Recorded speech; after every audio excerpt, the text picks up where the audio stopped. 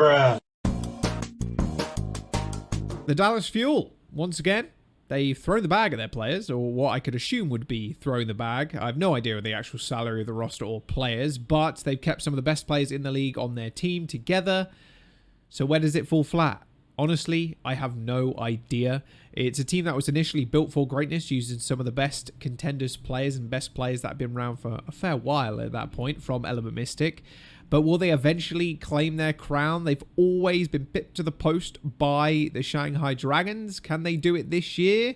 Of course, only time will tell. And 2021 was the best year for the Fuel to date. They won the May Melee, they came second in the June Joust and third in the Summer Showdown, and then they rounded out the year finishing third overall.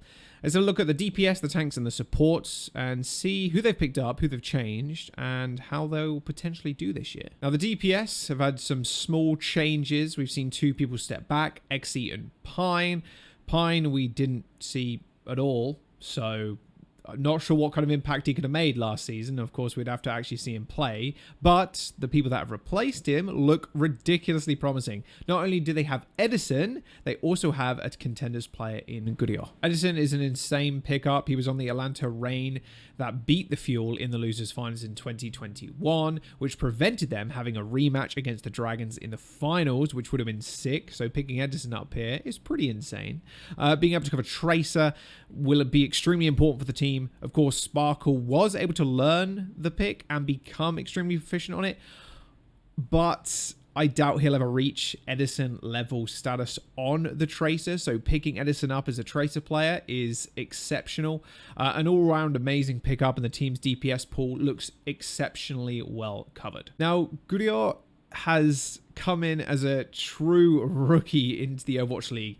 He's someone with very few accolades, however, being surrounded by some of the strongest individual players in the league will only benefit him in the long run. He specializes in long-range hit scan, so I can imagine we'll see him in kind of a double sniper meta where applicable, or just picking Ashe and Widow where needed. Of course, we still don't know what the metas are going to be like, and I mentioned in a previous video, but I'm just speculating on what metas we've seen in Overwatch 1 that might carry over to Overwatch 2.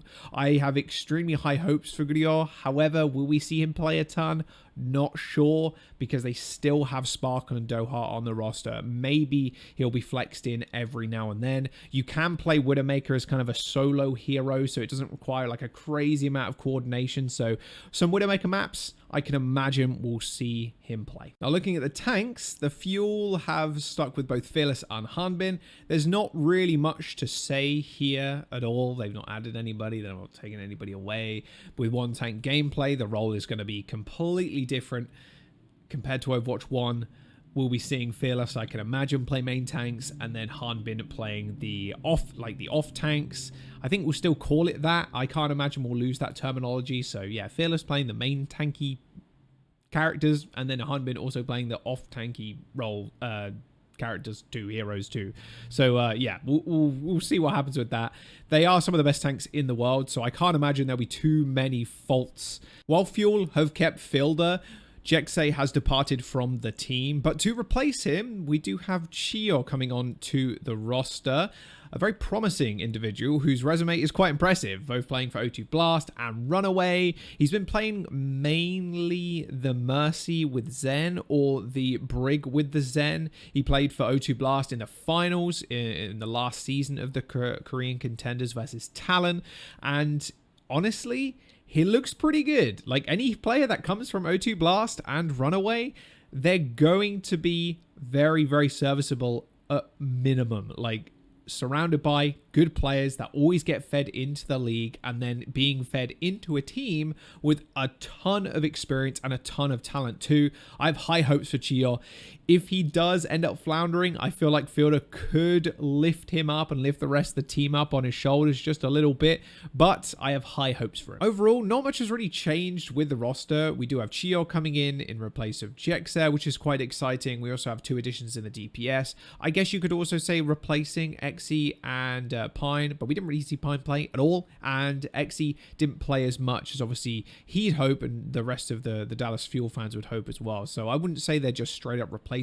It's more like complete additions. Edison being the best addition they could have possibly made in having a dedicated tracer player on the team is going to be ridiculously important going into Overwatch 2, a completely uncharted territory, although rumors right now, as of the 1st of the 3rd, 2022, is that some of the players have actually gotten the game and they're starting to practice soon, or they've got it now. So that's pretty exciting. Definitely a thing to note too is Rascal has also joined the team, not as a player, as an assistant coach. So not crazy change-ups in the player role, but coaching role, I'd say that's pretty crazy. It's a massive benefit to the squad.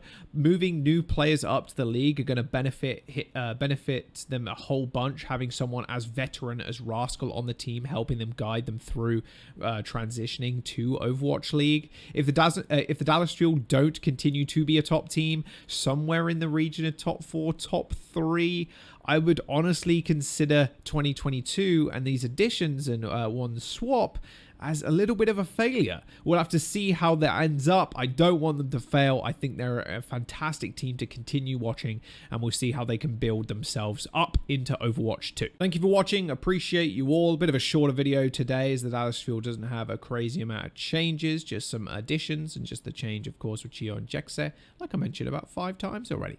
But yeah, if you wouldn't mind liking the video, subscribe as well, and let me know your thoughts down in the comments too.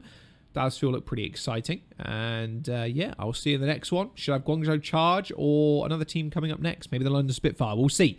Thanks for stopping by. See you soon.